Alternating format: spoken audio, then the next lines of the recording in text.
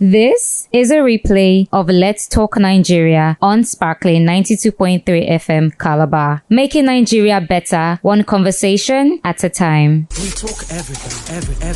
Health, education, finance, sports, transportation, agriculture, politics, entertainment, people and power on Let's Talk Nigeria. Let's Talk Nigeria.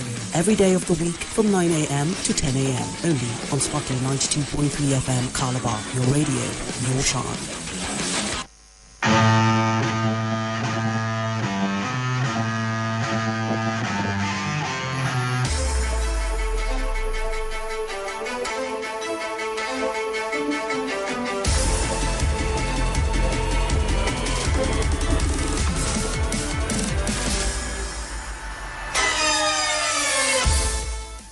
Welcome to another insightful edition of Let's Talk Nigeria on Sparkling 92.3 FM, your premier station for in-depth discussions on the nation's pivotal issues. I am your host, Asini Williams Ojeka, and I'm saying welcome and nice to have you here with us.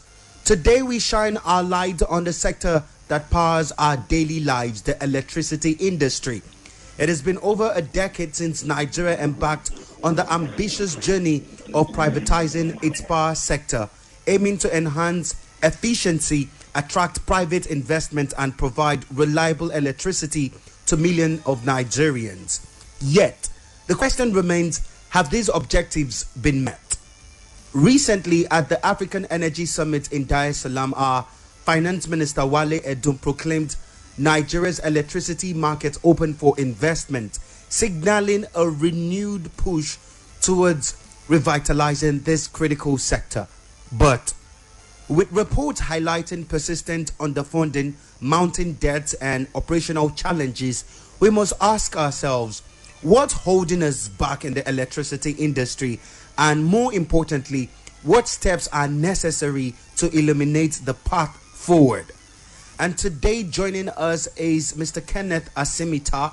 He is a profound public analyst. Yes, he is very vast in the economy. He's an economist as well. Good morning to you, Mr. Kenneth Asim-Ita. Good morning. Thank you for having me. All righty. Mr. Kenneth, thank you very much for joining us.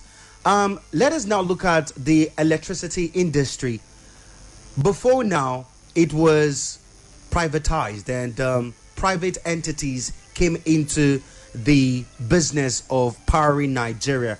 But till this very moment, one can argue that the privatization by the federal government as at then has not yielded the level of result we would have wanted to see. Or do you stand differently with this?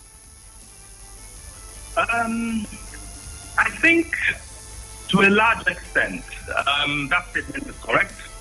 Despite the reforms that have taken place, if we cast our minds back, this reform started as far back as 2001 under the Olusegun Obasanjo administration, when he developed the Nigerian electricity power policy. That was 2001, which led to the setting up of the Nigerian integrated power project, of course, with all its scandals at that time.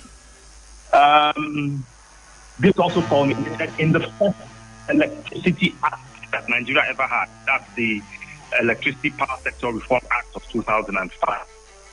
And then subsequently, in 2013, the privatization of distribution and generation aspects, were done with government retaining transmission components. And it has taken this long for us to see the need to plug the loopholes that were visible in that first Act of 2005. And that is what the new Act, the Electricity Act of 2023, seeks to do. But to a large extent, I must say that the challenges for the power sector in Nigeria is not just laws and this. I think the infrastructure is the first challenge that Nigeria has. Our power sector infrastructure is dilapidated, it's archaic, it's old, it's inefficient, and as such, despite all the sectoral reforms that have been done since 2001 till now, you cannot see results because the foundations of what should give you results have not been critically addressed, which is infrastructure, the power infrastructure.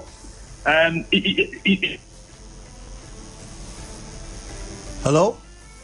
Can you hear us, Mr. Kenneth? Mr. Kenneth? Can you hear us, please? Alrighty, we would have to reconnect with Mr. Kenneth to continue with this conversation. And we've been trying to ascertain the privatization of the power sector, the electricity industry in Nigeria.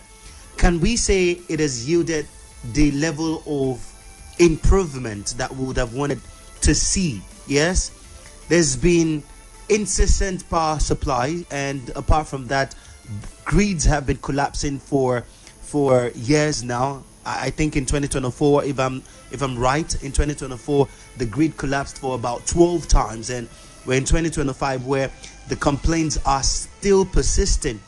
And now that the minister has declared the power sector open well enough for investors to come in, what are the opportunities in here for investors? Welcome back. Thank you very much for joining us, Mr. Kenneth. Yeah, sorry. No. Yes, it's a bit of a challenge. Yeah, we know that. But anyways, though, let us go to some critical questions that we would want to ask. What is the total amount invested in Nigeria's power sector since its privatization over a decade ago? Can one categorically say this is the amount that has been invested into it? It would be difficult to track that. First, you see that there's a lot of discrepancies between what government is spending and what the private organizations, especially the generating companies and the distribution companies, are spending. This figure has not been made known clearly to Nigerians. There's currently the national metering project ongoing. We don't know how much has been invested in that sector. We still see a lot of unmetered, houses scattered around the country. And despite the projected huge investments that have been put into this program or this scheme. So it's difficult. There's been no transparency in terms of the total investments put into the power sector. We've had so many claims of billions of dollars being expended first starting with, remember, the $16 billion that was expended under the Nigeria Integrated Power Project. And then so many other claims have been made. But then the question for us is, despite all of this projected investment, the results are not seen on ground. The results are not there. There's still a huge debt overhang in the sector. There's still inefficient power distribution, generation up to distribution. There's still inefficient in terms of huge inefficiencies in terms of collections on the part of the distribution companies from consumers. So there's a lot of challenges. Part of the challenges that they mentioned was underfunding. Yeah, that's part of what they mentioned. Yes, so of course. I would want to ask, what are the primary factors contributing to underfunding and significant debts within the power sector? Why are we seeing all of this then? Underfunding is an inherited problem. It's a problem that has come from the days when government was solely in charge. Because if you look at our power infrastructure right now, you'd notice that they are dilapidated. They are old. They are dilapidated. They can't serve us any longer. So there's a need for a complete overhaul of those infrastructure, especially in the area of transmission. You've seen over the time that the national grid, we can count the number of times between last year and even this year. I think this year the grid has collapsed, I think once or twice already, but January hasn't finished. So you expect that this kind of things will continue. The grid will continue to collapse periodically because the infrastructure is old. The infrastructure is begging for new investment. The infrastructure is begging for a rehabilitation. And this has not been done over time. And now we've privatized all of this, and we're expecting the private companies to put in huge amounts. The amount of money needed for our power sector to be brought to pass is is so significant. It's huge. And for the budget, they have said that what was allocated to that sector is grossly inadequate. So if we are challenged with underfunding and the collapse of grids and also the power challenges that we have, one will wonder how then can Nigeria integrate renewable energy sources into the national grid to diversify and stabilize power supply. In fact, what you just said is one of the key and the sweet points of this new Electricity Act, because it now gives some form of clarity, it gives some fillip for the use of alternative energies, greener energies, solar, wind, coal-based, So there's room for new energy sources to be integrated into our national grid. Now, the most significant thing is the fact that the Act has also tried to decentralize power distribution and transmission down to the state level. And I think we've been calling for this for a very long time, that we cannot continue to have a centralized power system. If you look at countries that have efficient power, most of it has been decentralized. And that is what we really, really need to do. Once we decentralize, then we can take them in small pockets. Because when you take that central power generation, transmission, thing, and you look at the amount of money needed to invest, it's so huge that it scares any potential investor into it. But if we break it down now, let's say, for example, we've broken it down to like 10 regional power grids, it's easy for someone to say, okay, fine, I'm going to take the Port Harcourt grid, which would serve like 4 or 5 states. I can invest in that, because the amount that will be needed to invest in that smaller sector would be significantly lower than you trying to invest in the entire system. And the fact that it has decentralized the authority for owning and distributing electricity down to the state level, then states can either individually or collectively set up power systems that can serve their areas more efficiently than what the national grid would do for us. And once that happens, it is easier for them to attract investors to come in and invest small amounts of money within those smaller grids. Do not forget that, like we have said, there's room for renewable energy. There's room for solar power. So you can leave the old generation and transmission systems and go into more efficient and more home-friendly alternative energy sources, and then bring power to a greater number of Nigerians and have access that can now have access to electricity. So there are opportunities there. There are opportunities, and there are also, we need to think very critically and very carefully to plan this out to ensure that we can attract the right investment into the place. It's not undoable. It is very doable. All it needs is for us to have some level of strategic thinking to it.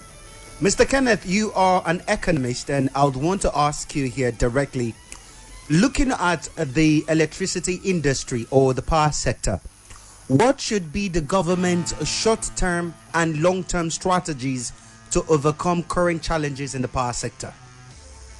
Because now, in Dar es Salaam, it was said that between now and 2030, we should have stable power supply. We've been hearing this since 2019.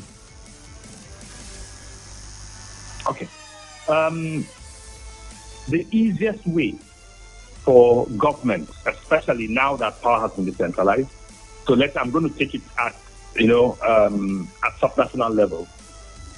We've seen what Abia State is trying to do with geometric power. We've seen that Akwa Ibom has the Ibom power plant.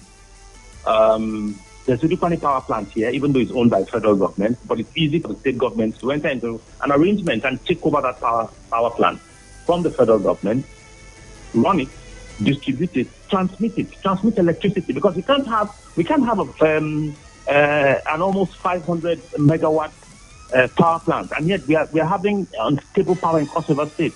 It's capable of meeting our needs, if not up to 70 or 80% of the power needs of the entire Cross River State. So states need to begin to look at how to bring in investments, and that begins by them enacting the necessary laws that are going to be required. They need to first set up a regulatory system within the state, and then begin to look at strategies on how they can develop their distribution and supply and transmission functions, either as state-owned assets or through a PPP arrangement with private companies to ensure that the right investments are. Because when you do a PPP, what that does is that there's going to be a pool, a blended mix of funds, which is going to be both state funds and private sector funds brought in together, pooled to ensure that the critical gaps in terms of infrastructure can be taken care of. And this is very, very possible. And that is what I expect states to be looking at very, very quickly as low-hanging fruits that they can begin in setting up and ensuring that there's adequate power within their sectors. And once power is there, then you can begin to attract other levels of investment into your geographical space. The policy landscape has been set for us, even though there are still a few. There's this concern about the possibility that if every state now goes to go and set up its own regulatory agency and regulatory laws, there's the fear that we can have 38 different power laws in Nigeria. But what I see is that the fact that the Nigerian Electricity Regulation Commission still maintains its apex regulatory role, then they should be able to guide states so that there's some level of a level playing field and uniformity in terms of electricity laws among the states, but with specific focus to each of the subnationals to meet their individual needs. Now, states can leverage on the federal government granting them authorization to generate, distribute electricity, and like you mentioned, some states have been they've been on this and they're taking advantage of it. I would want to ask, are states really maximizing this opportunity, and what are the prospects in there should states maximize this opportunity? Well, for now, I do not see states maximizing this opportunity. Like I said, the best we have seen has been what Abia State has attempted to do with geometric power. With the new reforms, if they take full advantage of it, I think Abia State would be poles ahead of its peers in terms of power generation, transmission, and distribution to its citizens. Now, that is what I expect all the other states to be looking at. Yes, the investments are huge. States will not be able to undertake such investments alone. Okay, hold on, Mr. Kenneth. If investments are huge, returns, will they be as huge as investment? Over time, yes. Over time, definitely, yes. Projection for overtime, like in a minimum of how many to how many years? I think the power experts and power economists may be able to give us those figures, but I do not see you being able to break in even those investments in anything less than 10 years. I do not see you being able to break even those investments in less than 10 years. So that should be the basic period within which states can expect to begin to see. But they would begin to see immediate returns on investment in other sectors, not necessarily directly from the power sector. Because when there's stable power, my brother, businesses will do better, production becomes more efficient, competitiveness sets in, new investments are attracted in other areas that the state may have comparative advantage. So you see that just having this is going to bring you investment and returns in other areas. But the direct investment that you have put into it, you may not recoup it immediately. It may take you 10 years, like I said, to recoup it, and then you begin to make significant returns and surpluses on top of what you've done, provided you consistently maintain and ensure that what you're providing for the people is efficient. Because the regulatory reforms allows you to have both a cost and service reflective tariff system. So once these things are put in place, my brother,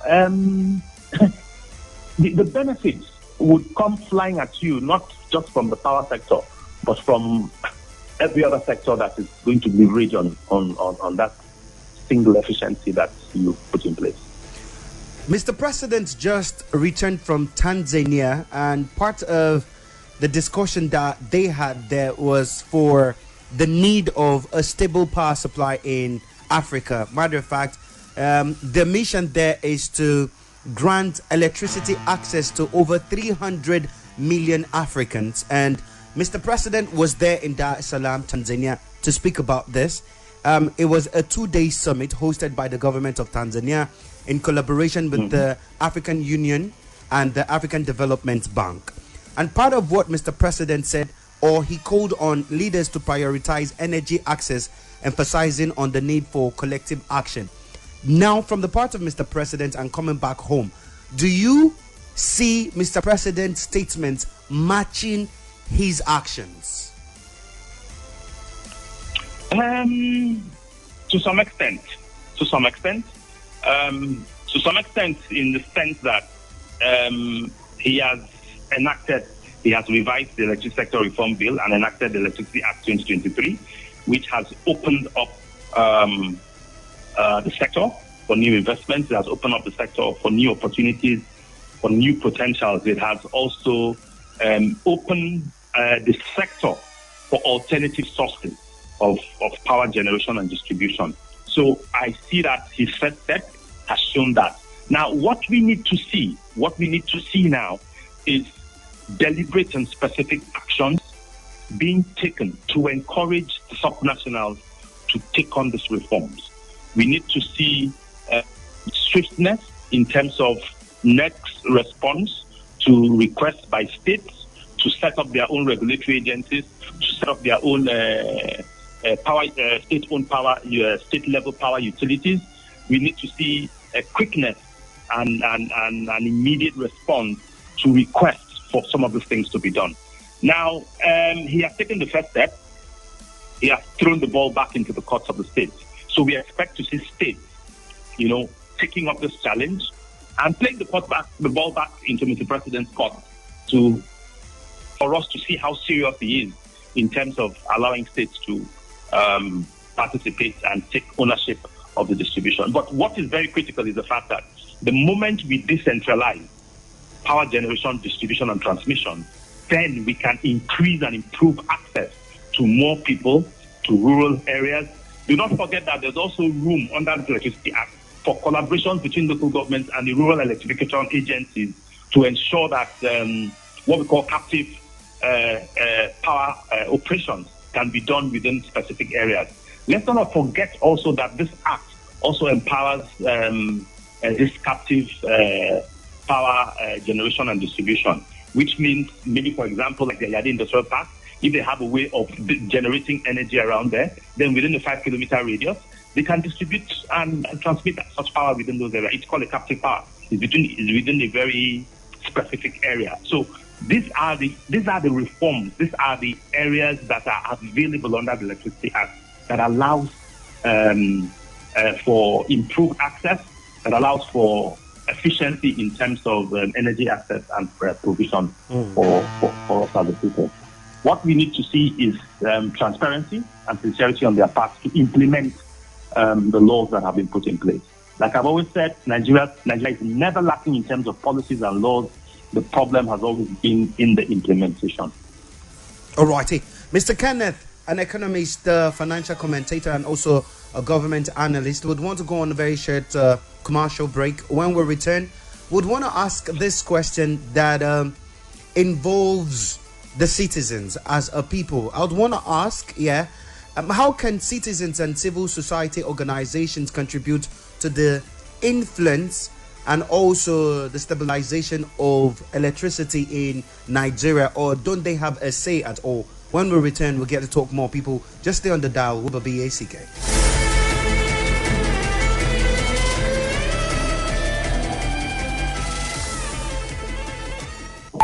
Coming right back. Just grabbing more chips and salsa. Sparkling 92.3 FM, Calabar. For us here at Sparkling 92.3 FM, to be socially relevant means that we are in tune, literally connected to the burning issues of the society. You see the conditions of the economy today, and then you now try to insult our collective intelligence by telling us that there's increase in employment in the country. We know that is not true. It's a lie. That is fallacy. People actually tune into our podcast every day, not just to be informed, educated, or entertained by us. Talk to me. Now hungry, they catch me. Hey, hunger, they catch you. You don't drink water? I don't drink. I drink Gary. No way. No very good. But also to be the agency that facilitates real change in the society. I beg, I take God pay you. Tell my governor to pay us salary, minimum wage. I beg. Okay. Yes, sir. That's a responsibility that we recognize and take seriously. On Sparkling 92.3 FM, your radio, your shine. From the first beat to the latest hit, we'll brighten your day one song at a time on Sparkling 92.3 FM. Your radio, your shine.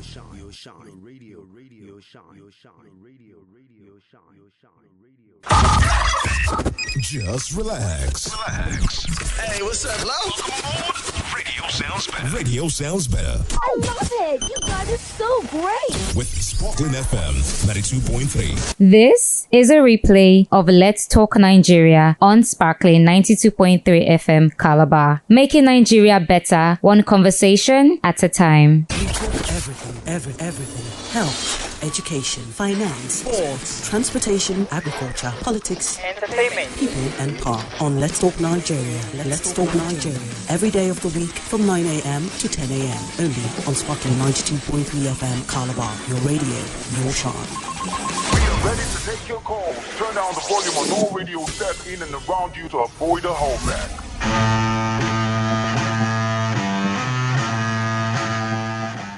Yes, welcome back, sport lovers, welcome beautiful people of the ancient city of Calabar. Well, I've forgotten that we've gotten to 9 o'clock.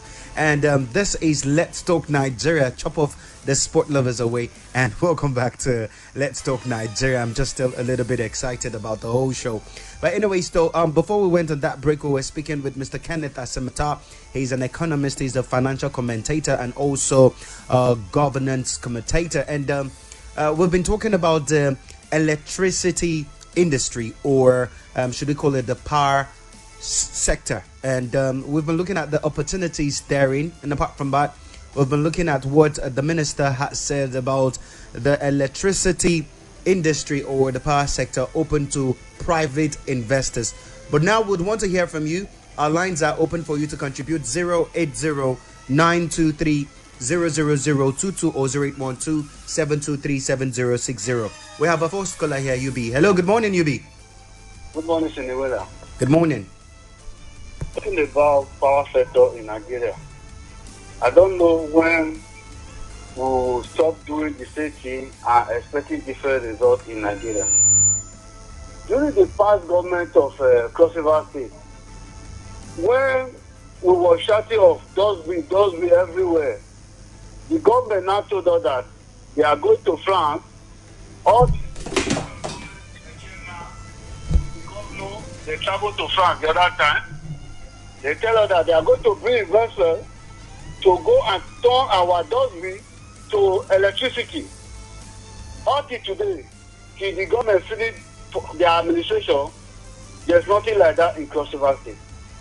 Now, my question to the politician is that every time we hear that Mr. President traveled to London, Mr. President traveled to England, he traveled to this, what are they learning?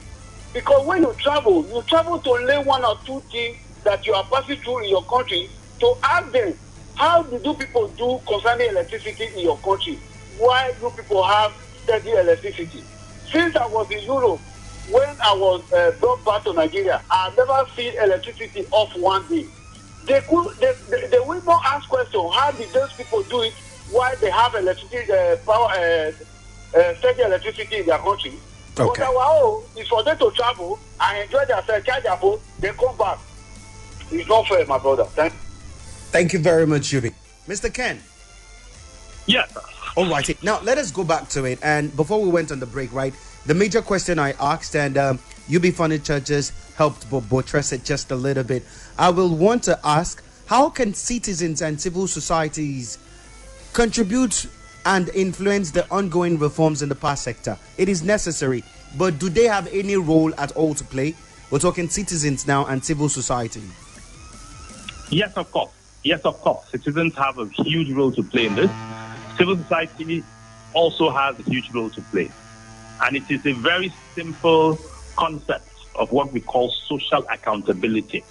We need to begin to hold our governments accountable. Not just holding accountable by sitting down in the houses and complaining, but making our voices heard and being heard clearly. Yes, media organizations are doing a whole lot, and we can also do more together. But we need to speak about these things. There are tools within the social accountability framework that we can use. There are things we call community scorecards. Communities can get together, sit down together, discuss issues, raise a position paper on a particular issue, and take it to the government, take it to the public space. Let's cry about it, shout about it. If we do not continuously shout about these things, and sometimes very clearly embarrass government about its inefficiencies and inactions, then they will not take the necessary actions that are required. So we need to adopt most of the social accountability tools that are available at our disposal as citizens and as civil society to continuously pressure governments to do the right things. Like I said, and like what UB Furniture just mentioned, they do the travels, they go out there, they see things being done, they come back, they write beautiful policies, beautiful laws, beautiful proposals. But when it comes to the actual implementation, sincerity of purpose just disappears and just fades into the wind. Transparency fades into the wind. Is it as a lack of willpower? Yes, political will is, I would say, is at the bottom of it. Because if for example, Mr. Ken, why are we always terminate political will as compared to willpower? Because if you have will, it doesn't really matter if it is political, if it is medical, or if it is social cultural. The same, okay, fine. When we say political will, we're talking basically about governance will, right? Okay. Now I get it. Now, within that space, the politicians always never lack the will to be stealing our funds. Oh. But they will lack the will to implement appropriate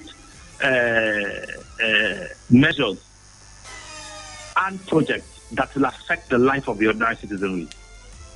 So when we say political will, we are talking about that governance will that you have made a promise and you have done everything within your power to ensure that that promise is fulfilled and brought to bear and results are being seen. We talk so much, we bring laws, we bring proposals, we never lack them.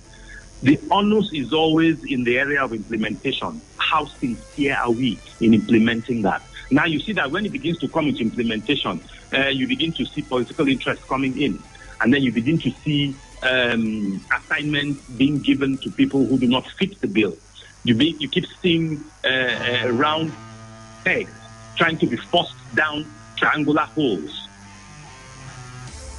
Now, these are not going to help us. So that will that we talk about, the political will, the governance will, whatever we may want to call it, is that sincerity of purpose, is that commitment to do the right thing, to ensure that the results that you're going to get is exactly the results that you promised the people you were going to give them. That is what is needed. Mr. Kenneth, we have heard our callers ask that they come here and they give beautiful opinions and ideas on how we can shape in the future, yeah? But at the end of the day, it just seems as if those elected into offices don't come back to hear from them. They don't seek their opinion. So I would ask, what role does public opinion play in shaping policies and holding stakeholders accountable for the progress in the electricity supply? Or don't we get to hold anybody accountable?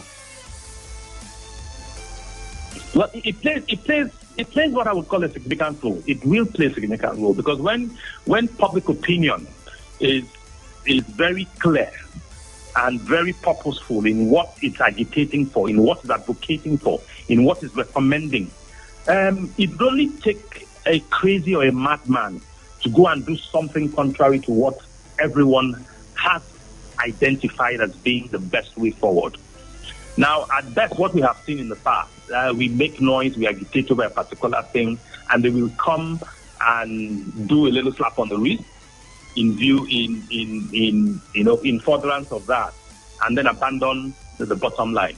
But the trick about this is staying power on the part of the public, staying power on the part of citizens, on the part of civil society, to continuously advocate, to continuously agitate for those things to be done and to be done properly.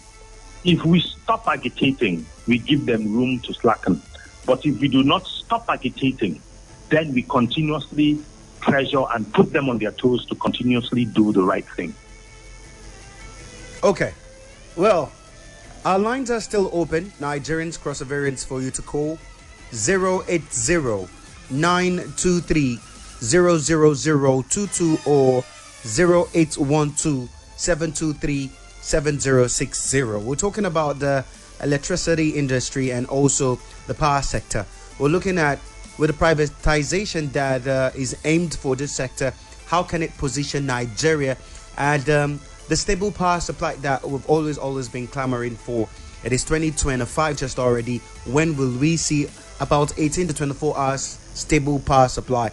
And that's the question we're asking. You can as well pitch your ideas, pitch your opinion on how we can stabilize this.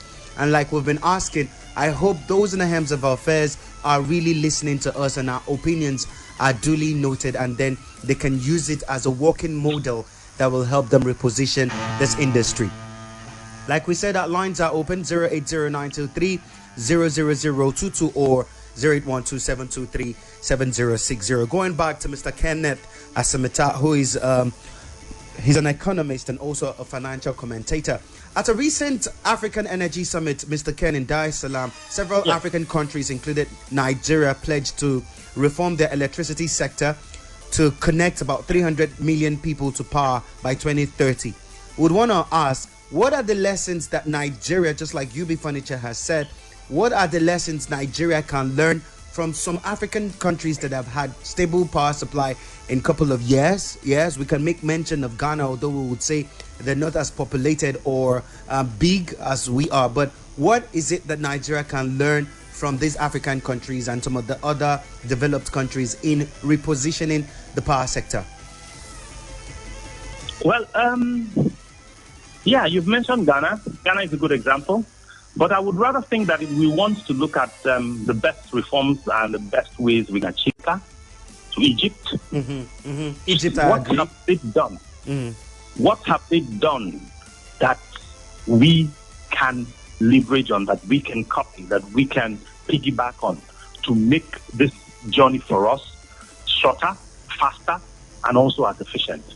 Now, these are two countries that are power stable in terms of, and the reason why I picked them, in terms of landmass, they are a bit close to what Nigeria is in terms of size. Okay. There are also other countries that are nearly as large, that are doing significantly well in terms of power generation. You'd also be talking about countries like Algeria. I think Algeria is one of those, also nearly larger countries. But Libya before the war was excellent. Libya, despite the fact that they faced the war, and they're still having stable power. So what have they done that we have not done? And I can tell you my suspicions clearly. It is corruption. Clear. You want to go to corruption now, Mr. Kenneth? My brother, we cannot have spent $16 billion in our power sector, and we are still generating 7,000 megawatts of electricity. It's preposterous. It's crazy. And now the government is looking at another $15 billion in private investment to address the challenges. Now, will the private sector have... Same challenges that we have had an opportunity to address before Exactly. Now? Will the private sector have that confidence that once they invest $15 billion, like I asked earlier, would it be used appropriately? And then will they get returns on their investment? Does Nigeria have that market for the power sector? Yes. Yes, the market is there. Yes, the market is ripe. Yes, the market is waiting. Yes, you can recoup your investments within a medium-term period when you take aggregately the entire country into view. Yes, but what it requires is for there to be transparency, for there to be sincerity at the point of allowing and putting in place the structures that will allow the private sector to invest. Now, you can imagine you are trying to get a license. The amount of money you pay under the table for a license is almost equal to the amount of money you're going to pay officially for the license. That has first automatically almost doubled your costs. Now, these are the things that we need to begin to remove from our system. If those things are not out of our system, it's going to be difficult to get the right investors to come. No investor would want to come here knowing fully well that I'm expected to pay, for example, say $10 million, and then I have to spend another $3 or $4, $5 million under the table for my $10 million on top of the table to be considered. So these are the things that we need to remove from our system. Once those things are no longer there and there's transparency, there's sincerity, the processes are working as efficiently and as expected, then you would see significant investments coming into Nigeria. Once we can sort out our electricity challenges, because one will argue, if you went to the developed world, they have moved away from having electricity in their edifices. Now they have it in their cars, which shows you their advancements in technology. If we can sort out our electricity challenges, do we see more businesses and more business opportunities coming into Nigeria? But before then, let us hear continually from UB. We'll be back to you, Mr. Kenneth, please.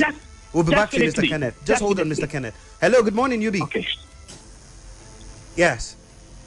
Every year, every time you hear that our government is saying we are going for Europe to bring investment. I asked a question that day. Did you ever see where they drop sugar on the floor? Then you are begging ants to come and lick the sugar. The answer is no. Why am I saying so? When your electricity in your country is epilepsy, then you are calling other people to come and do business in your country. How do you think that those people will come and do business? When they know that business that they want to do, they will always waiting for electricity so that they can be able to do the business. Nigerian government, they know what to do. It's just that the corruption we are passing through in this country, it's only God that will save us. All righty, thank you very much. Okay, back to you, Mr. Kenneth. Yes. Yes, I said yes. Yes. Nigeria is a country of 200 million persons. Nigeria is 900,000 square kilometers, 200 million plus. That is a huge market. There is no how you tell me that there's stable power and that no businesses will not be falling over themselves to get into that market. Like what Yubi just said, there's no how you sprinkle sugar on the ground. You don't need to beg the ants. They will come by themselves. Just sprinkle the sugar. And power, transparency in our processes, especially governance processes. Two things, one solved, the results will speak for itself. Mr. Kenneth, another thing that has been a bottleneck will be interest. Individual interest, selfish interest, regional interest. That borders on the corruption and transparency issues I'm talking about. Because an individual aims to import or bring in generators into the country, he sees no reason the country should have stable power supply, because as at that point, he will not make profit on his business. Regional, they would say, why build that plant there when it will serve those of us on this other side? Why don't you come and build it there or here? And you have all of this back and forth. How can we get out of it? First step has been taken. It's been decentralized. You've allowed state-owned utilities to come up. That is why I have recommended, and I've said repeatedly, that the best way to go is for state-owned utilities to be run as special purpose vehicles with a public-private partnership organization that are for profit, that are targeted for profit. Mm-hmm. Once that is there, a man putting his money there will ensure that all the efficiencies, everything is being done to ensure he gets a return on his investment. And I'm sure that government will also be interested in getting some significant internally generated revenues from those investments that they have put on ground. Now, except, like you have mentioned before, personal interests are going to attempt to block all of this, then we will not get resolved. But for anyone, any leader who has interests of his people at heart, who has an intention to leave a legacy, then you need to close your eyes, you need to step on toes, and you need to do what the right thing is to get the results you require. And for this power sector, it's a subject that has been overflowed. Unless we get it right, most other sectors of the economy will continue to suffer and buckle at the knees. Another angle that I would want to look at it from, it's still on interest and also the return on investment. Looking at the people, our attitude towards paying for whatever it is that we consume has been one that is questionable over the years, although some will argue that Nigerians pay for the services that they've received. But do you opine that Nigerians are doing well enough to even support the industry by paying the bills? We hear universities owing the electricity companies. We hear of firms, we hear of banks and all of that. What are we doing as a people to even help the industry in the first place? Or what should we be doing? There are processes that can be done, that can be put in place. There is no challenge that doesn't have a process that can check that challenge. May not eliminate it swiftly, but can bring it to the barest minimum. Now, the debt overhang in the power sector is because the power sector is still working and operating on an estimated billing platform. Now we have begged, have prepaid meters in your system. Let me ask you a question. Why are the telecom companies not complaining about debt being owed? Well, they have their USSD issue. Yes, there may be issues. Like I said, it will be very, very minimal. Okay. Mm-hmm. It will be very, very minimal. It will be a few and far between challenges here and there, which can always be resolved quickly. Not when the challenges have become so huge that it's affecting operations of the organization directly. Now, if your systems and processes are in place, okay. Now there's no how you tell me that you put and you set up the system and prepaid meters are put in place, that I will not go and buy my tokens and load my meter and have my electricity. There have been issues and cases of bypassing. That may then only be the only work that the electricity companies will be doing, just periodic checks to ensure that everybody is aligning. And you see, once these things are done and the right steps are taken, now if you look at the Electricity Act, the consumer rights of the next regulation. Yes. There are steps that should be taken against such consumers. Yes. Now, report them to the police, take them to court and all of that. Yes. Yes, they don't take those steps because the staff who comes will probably get a few token on the side. Yes, and move on. But wow. If the processes are followed to the letter, if the processes are implemented to the letter, then you can be rest assured that the system will work efficiently, the system will work perfectly. Mr. Ken, another angle to this. About 2 weeks ago, we saw a little bit of an interface between stakeholders and the PHDC here in Cross River State, and part of the complaints were incessant power supply, and some areas have been complaining that even though they've contributed money to ensure that they brought that to their areas, they still haven't seen it. So I would want to ask, what mechanisms are in place for consumers now to report issues and hold service providers accountable? Because at times service providers just lord over us. Now, there is a body called the Forum, which is set up by the Nigerian Electricity Regulatory Commission, NEC. Every state, every major city has a forum. And this forum meets regularly, periodically, to assess complaints. Now, the question we need to ask ourselves, how many consumers are writing their complaints or sending their complaints to the forum? I would also want to indict the forum to make sure that, to say that they also need to be a bit more public. They need to be a bit more forward in terms of their communication, in terms of making known to the consumers the processes they need to follow to lay these complaints at the forum. Because at the forum, once a decision is taken, it's binding on the electricity provider and also binding on the consumer. So that provision is there. But the question is, how well are we using it, both for the electricity companies and for the consumers? A lot of them are not using the forum. A lot of them are not using these opportunities. They're not making complaints to those organizations for you to get the redress that you require.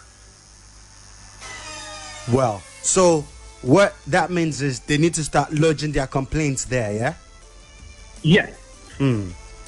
Okay, no problem. Well, Mr. Kenneth, thank you very much for joining us here on Let's Talk Nigeria and making clear our challenges, the opportunities and the prospects of the electricity industry and the power sector. Thank you very much, sir, for joining in with us. Thank you so much. All right. But before we leave, we did not talk about crossover states. Just in one word, electricity in crossover state, positioning for crossover state for businesses and the opportunities in here for the citizens to take advantage of. Any at all, before I let you go, just in one or two words. The challenge of crossover state for me is very pathetic. I'm interested to know that crossover state is one of the major shareholders in 4Power. 4Power is a company that is running the Port Harcourt Electricity Distribution Company. But we are getting the short end of the stick from PHED, despite the fact that we are major shareholders in PHED. So I would, the onus is still back to the crossover state administration, to the government, to ensure that PHED is honoring its obligations to the people of crossover state. We are being shortchanged, especially when you leave Calabar and begin to go to other parts of the state where electricity is almost never available. Go to cities like Ikom, then you would weep for us. There are a lot of other cities and semi-urban areas like that that are not having electricity power available to them, despite the fact that crossover state is the major shareholder in Port Harcourt Electricity Distribution Company. So we need to sit up as a state, and we need to also take advantage of this electricity reform 2023. We need a state-owned utility company, whether independently or under a public-private partnership platform, to ensure that Crossivarians, every part of Crossover State has access to electricity, and then we will see the transformation that can definitely take place in Crossover State. Mr. Kenneth, once again, thank you very much for coming here with us. We really do appreciate you. Thank you. All righty. Well, Nigerians, you heard it directly from Mr. Kenneth Asim-Ita. He's an economist, he's a financial commentator, and also a governance commentator. And we've been talking about the industry, the electricity industry and the power sector. What are the opportunities, challenges, and what is to come? What are Nigerians expecting? Well, he has done well. Hopefully, the government heard us, and they should be doing the needful. They should pull together all of these bright ideas that were presented before them. If they're finding it difficult understanding it, maybe they would have to put up a committee where private investors and also the public can come in as stakeholders and chat a way forward for us and the electricity industry. Thank you very much. This is where we draw the curtain. We will continue this tomorrow on the same program. Yes, the Sparkling Morning Show. But between now and then, remember that Nigeria is all ours to build, and all hands will have to be on deck in ensuring her growth. I am Sini Williams Ojeka saying thank you. I'm saying God bless you all and stay safe, stay focused.